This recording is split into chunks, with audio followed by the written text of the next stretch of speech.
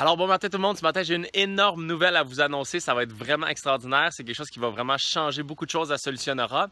Et pour vous le raconter, il faut que je fasse un petit retour en arrière et pour ça j'ai pensé que la plus belle occasion c'était d'aller prendre une marche dans le bois ensemble. Alors venez vous en, on va aller prendre une petite marche et dans cette marche-là, je vous explique un petit peu l'historique qui nous amène jusqu'au point actuel dans lequel il va y avoir une très grande décision. En fait, la décision a déjà été prise. On est dans le processus de faire ce changement-là à Solutionnera. Et je pense que c'est quelque chose, en tout cas, qui est vraiment intéressant et qui vaut la peine. Donc, restez avec moi pour quelques secondes. En même temps, je prends une marche puis je m'en vais à un super beau ruisseau. Si j'ai le temps de me rendre jusqu'au ruisseau, ça va me faire plaisir de vous le montrer. D'ailleurs, il y a quelques semaines... Ici, c'est ma petite marche matinale. Là. Je faisais cette petite marche-là et je me suis rendu au ruisseau, comme je fais la plupart du temps. Et j'y ai vu un bébé ours. Ça, c'était au début c'était au printemps, je crois que c'était quoi, début mai, peut-être mi-mai. Puis il y avait un bébé ours dans le ruisseau, c'était de toute beauté. Peut-être qu'on nous enverra un, ça serait surprenant parce que je vais parler en même temps, mais bon. OK, revenons donc dans notre petite histoire. Qu'est-ce qui est en train de se passer? Qu'est-ce qu'il y a de spécial? Eh bien, il faut retourner un petit peu dans le passé jusqu'à 2012 pour ceux d'entre vous qui nous suivent depuis les débuts. En 2012, vous savez que moi, ma vie a énormément changé. J'ai passé vraiment de l'ère des problèmes à l'ère des solutions. Autant intérieurement qu'extérieurement, j'ai découvert des solutions extraordinaires et j'ai vraiment fait ce shift-là intérieur, entre autres qui a été souligné par le fait que je suis allé à la Earthship Academy, à l'Académie des Earthship. Et puis à l'époque, je faisais vraiment... En fait, j'étais en train de découvrir une passion. Je n'avais jamais fait ça de ma vie avant.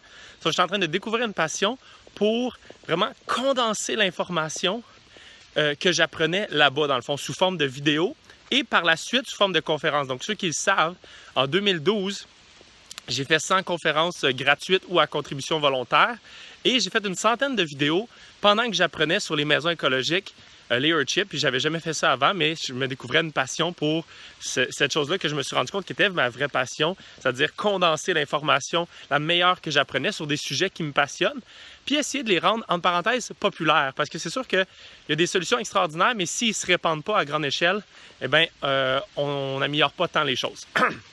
Donc, 2012, c'est ça qui se passe, et puis, en tout cas, j'adorais ça, c'était vraiment excellent, puis j'étais en train de découvrir cette passion-là, puis c'est ça que j'avais le plus le goût de faire. Par contre, après les 100 conférences, il y avait une chose qui me dérangeait, puis elle me dérangeait quand même beaucoup. C'était le fait que, à la fin de la conférence, je venais d'inspirer les gens, je venais de leur expliquer qu'à Taos, au Nouveau-Mexique, il y a des maisons 100% autonomes, puis que techniquement, il n'y a rien qui pourrait nous empêcher. On peut le faire ici au Québec aussi, puis on peut aller dans cette direction-là, c'est vraiment super.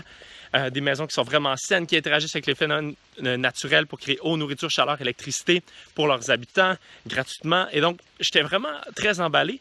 Sauf qu'il y avait un problème, c'est que à la fin de la conférence, je devais dire aux gens, fait que, allez-y, passez à l'action. Sauf qu'il n'y avait aucune ressource, j'avais aucune ressource pour leur aider. Puis la plupart des gens, tu sais, ils ont un travail, ils ont quelque chose, ils ont une famille. Et donc, de partir de zéro vraiment, d'aller étudier tout ce qu'il y a à ce propos-là, puis de passer à l'action, c'était vraiment énormément de travail. Et donc, c'était pas très, très réaliste, mon affaire. Et donc, de 2013-2014 environ, là, vers fin 2013-2014, j'ai commencé à trouver une deuxième grande passion qui est devenue vraiment... C'est vraiment les deux choses qui me passionnent le plus maintenant, qui était créer des entreprises éthiques. Okay? Créer des entreprises qui font du bien à leurs employés, aux gens qui travaillent dedans, les actionnaires, les employés, et à l'environnement. Oh, c'est par ici, excusez-moi. C'est par ici pour la rivière. Et à l'environnement, et à la société, et aux clients, dans le fond, les gens qui profitent du service ou de l'action qui est créée. Donc, des entreprises qui sont gagnantes, gagnantes, gagnantes. En anglais, ils appellent souvent ça les newco, les nouvelles corporations, c'est-à-dire c'est comme le mix entre un organisme à but non lucratif qui souvent a de la misère à créer sa propre abondance, mais qui fait vraiment beaucoup de bonnes choses, et une corporation qui souvent fait beaucoup de profits, mais ne fait pas tant de bonnes choses pour l'environnement, entre autres, ou du moins, souvent, il y a un des trois, soit les employés, soit c'est rarement les actionnaires qui payent, soit l'environnement ou soit les clients qui ont quelque chose de négatif, où il y a quelque chose de négatif. Souvent, de nos jours, c'est beaucoup l'environnement qui paye au bénéfice de l'économie et des choses comme ça. Ou sinon, c'est les employés. Souvent, c'est exploité dans d'autres pays ou même ici, dans le fond, dans des conditions qui ne sont pas admirables, du moins. Donc, j'ai commencé à me passionner pour ça, puis ça a fait que mon autre passion, qui était de faire des conférences, qui était de faire des vidéos, bien, c'est pas que je l'avais plus, je l'avais vraiment énormément encore, c'est juste que j'avais plus le temps pour le faire. Ça me prenait tellement de temps de créer cette entreprise-là qui était Solutionnera, qui était la Serre du futur, qui était Aube Architecture. On a créé 3 entreprises, plus au niveau légal, de la gestion, puis toutes sortes de choses qui se sont passées pendant ce temps-là que j'avais juste plus le temps, c'était juste plus possible pour moi de faire autant de conférences. Pendant un bout de temps, j'en faisais 3 ou 4 par semaine à travers le Québec. Fait que c'est sûr que j'avais plus le temps de faire ça. Donc ça, c'est ça qui est arrivé. Puis là, en plus, c'est justement, je voyais qu'à la fin de la conférence, les gens n'avaient pas de ressources. Puis mon but, c'était comment on fait pour leur créer des outils? Parce que notre objectif, à moi puis Fred, est devenu comment on va faire pour que, une fois que les gens ils savent que c'est ça qu'ils veulent, ce soit aussi facile d'avoir une maison saine, écologique et autonome, qu'une maison ordinaire. Puis c'est pour ça qu'on s'est mis au travail puis qu'on a essayé de créer, en fait, on a créé Solutionnera. On a créé surtout le certificat en design de bâtiments écologiques, qui est devenu une autre de mes passions. On a réussi à rassembler 20 experts.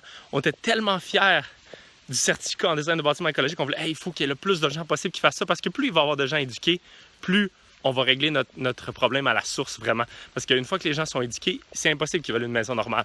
Parce qu'il n'y a juste pas de bonne raison d'en vouloir une. Fait que si on réussit à éduquer les gens vraiment comme il faut, puis qu'ils comprennent vraiment que la maison peut être aussi belle, avoir tous les avantages d'une maison normale, sauf qu'en plus être saine, écologique, autonome, ils vont vouloir passer à l'action. Puis si on leur donne tous les outils avec 20 experts différents, avec le certificat, ça va fonctionner. Fait que c'est pour ça que pendant 2-3 ans, là, depuis 2013, vous m'avez vu très peu. J'ai fait comme 75% des vidéos que j'ai faites avant cette période-là. C'est encore les vidéos les plus populaires sur YouTube, parce que j'en ai pas fait d'autres après. Et donc c'est ça. Il y a eu cette grande passion-là. On était extrêmement fiers d'avoir créé Solutionnera, Aube Architecture, le certificat en design de bâtiments écologiques. Et puis là, ça l'approche de la grande nouvelle. C'est que on s'est rendu compte que, OK, wow, on est proche du point. On est vraiment très proche du point où est-ce que non seulement on a créé les outils pour que les gens puissent passer à l'action, vraiment, sauf qu'en plus, on est vraiment rendu à une place où est-ce que c'est, entre parenthèses, on utilise le mot canner, là, tu sais, c'est créé d'une manière où est-ce que c'est reproductible souvent. On a le certificat en design de bâtiments écologiques maintenant qui est en ligne. Donc, on l'a enregistré au complet. Il est possible d'être en ligne. On l'a en live. On a une équipe extraordinaire avec Zénab, Renaud Goulven qui s'occupent du certificat, qui sont les coachs. Fait que moi, j'ai juste besoin de me présenter aux formations. Puis, puis c'est même pas moi, dans le fond, c'est Zénab qui recontacte tous les profs. Les profs sont rendus extraordinaires. Ça fait maintenant 3-4 ans qu'ils sont dans le certificat. Donc, ils sont très habitués d'avoir beaucoup d'élèves. Puis, donc, tout est vraiment bien fait et donc là, je peux me libérer. Puis c'est ça la grande nouvelle, c'est que j'ai nommé l'homme le plus extraordinaire du monde, c'est-à-dire Julien Watine, la première personne qui a travaillé avec moi. Je sais pas si vous savez l'histoire, mais c'était un moment, alors que je faisais toutes mes conférences, j'étais comme, OK, là, je me rappelle, j'avais dit comme, OK, Seigneur, le ciel, il faut que quelqu'un vienne m'aider parce que je recevais tellement de courriels, tellement de messages YouTube, je ne pouvais pas répondre. Je faisais des formations puis des conférences. J'étais en 3-4 par semaine, plus une formation à la fin de semaine. J'étais tellement occupé puis j'avais personne. Je faisais tout seul. Je faisais mon site web, je faisais tout seul à cette époque-là.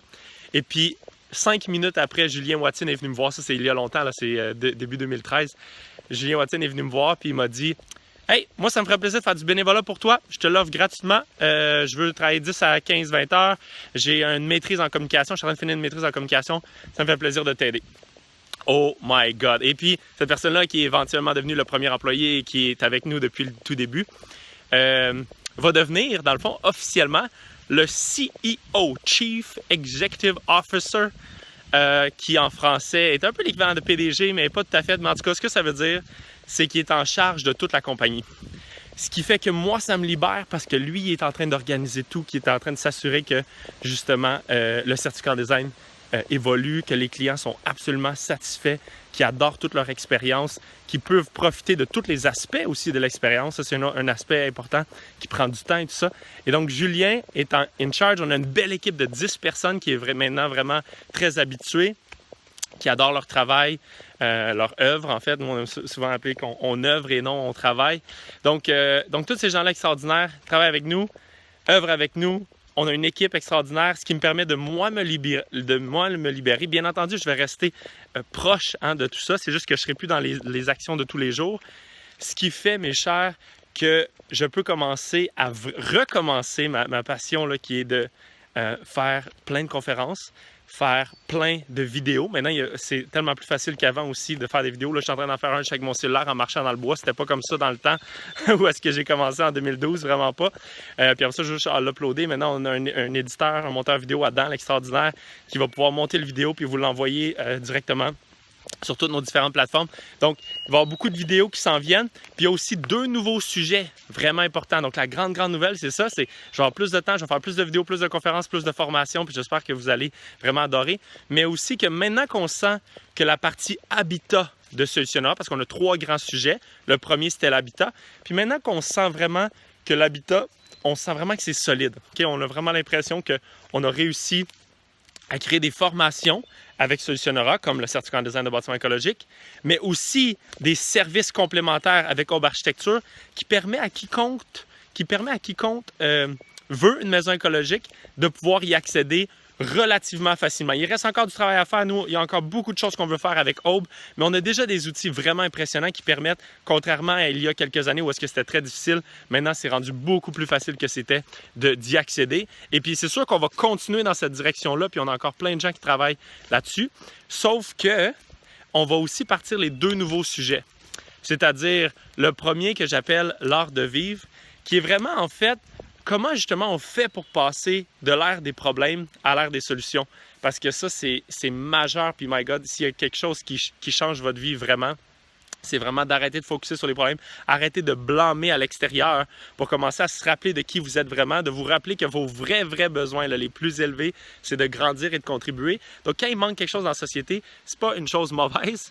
C'est une chose extraordinaire parce que ça a été une opportunité de créer quelque chose de nouveau, de grandir puis de contribuer grâce à ça. Donc, de se rappeler de ce processus-là, ça, c'est un nouveau des sujets. Puis, il va y avoir 6 sections. Vous allez voir des vidéos bientôt. Là, je vais tout expliquer ça. Donc, l'art de vivre. Et le deuxième, qui est une passion que je ne savais pas en 2012 quand j'ai commencé à parler de l'habitat, mais que je me suis rappelé que quand j'étais ado, vraiment, j'adorais cet aspect-là, qui est l'aspect plus entrepreneur. Puis je me rappelle aussi que c'était avant d'être ado. Quand j'étais jeune, j'adorais ça. Puis quand je suis devenu ado, puis plus au cégep, là, j'aimais beaucoup moins ça, cet aspect-là, parce que ça me semblait non éthique, parce que tous les entrepreneurs que je voyais ne m'inspiraient pas. Et donc, j'avais mis de côté cet aspect-là. J'étais comme, les compagnies, c'est ça qui détruit tout. Mais après ça, j'ai vu qu'il existe vraiment des compagnies éthiques, viables et qui sont une source vraiment, non seulement d'abondance, mais de bonté dans ce monde-là. Et puis, ça, c'est le 3e sujet qu'on va avoir. Donc, habitat, qui est déjà très avancé. Et maintenant, on commence art de vivre et Newco, ou bien les entreprises éthiques et viables. On est vraiment très content de commencer ce sujet-là parce que c'est devenu tellement une passion. Puis, tu sais, moi puis Fred, dans les 2-3 dernières années, on a travaillé quasiment plus sur ça que sur les habitats parce qu'on avait l'information, on avait les experts, il fallait juste le structurer puis il fallait le mettre dans un contexte, dans une entreprise qui allait être viable dans le long terme pour vraiment avoir un impact. On ne voulait pas juste créer un cours qui allait avoir lieu une fois puis qui allait arrêter après. On voulait créer un certificat comme on l'a fait qui, maintenant, ça fait 3 ans. Je pense qu'on est à la 7e cohorte qui commence en septembre. On a une version en ligne, on a une version en live. On a une communauté de presque 1000 étudiants qui s'entraident une fois qu'ils ont fait la formation, qui sont tous dans le même groupe puis qui s'entraident pour soit, tu sais, on vient de construire la maison de Lynn qui vient de construire. C'est elle qui a pris tout le leadership, qui a construit sa maison. Sauf qu'elle a eu des bénévoles pendant 1 mois, 5 à 10 bénévoles par jour, entre autres grâce à ce processus-là qu'on a créé, qu'on a aidé à créer du moins. Donc je pense qu'on a créé une communauté qui est vraiment intéressante, vraiment le fun. Et puis là, on est prêt à explorer ces 2 nouveaux volets-là. Fait que c'était ça la grande nouvelle. Je vais faire plein de vidéos. Je vais faire plus de conférences, je vais faire plus de nouveaux cours. On va avoir plus de sujets maintenant. Donc, au lieu d'être juste l'habitat qui est vraiment extraordinaire, on va avoir aussi l'art de vivre, on va avoir aussi les entreprises éthiques. Et sur ce, je suis finalement arrivé à la rivière. Je vais vous montrer où est-ce que j'avais vu l'ours du début. OK, ce ne sera pas très long. Venez-vous avec moi. Puis je voulais pas m'approcher trop tantôt juste parce que je sais qu'elle fait un petit peu de bruit. C'est pas une grosse rivière en passant. J'espère que ceux qui attendaient le fleuve du Nil, vous allez être déçus. Là. Mais elle est quand même grosse au printemps. C'est juste que là, on est rendu en juillet. Et donc, le petit ours était juste là sur le bord de la rivière, qui ressemble plus à un ruisseau présentement. Il n'est pas là aujourd'hui. Puis je parle ici depuis un bon bout, ça aurait été assez surprenant. Mais on va juste s'en approcher un petit peu plus pour vous voyez, c'est quand même très beau. Ah oui, il y a une belle roche, là, on va aller voir ça. Venez-vous-en. Hop, hop.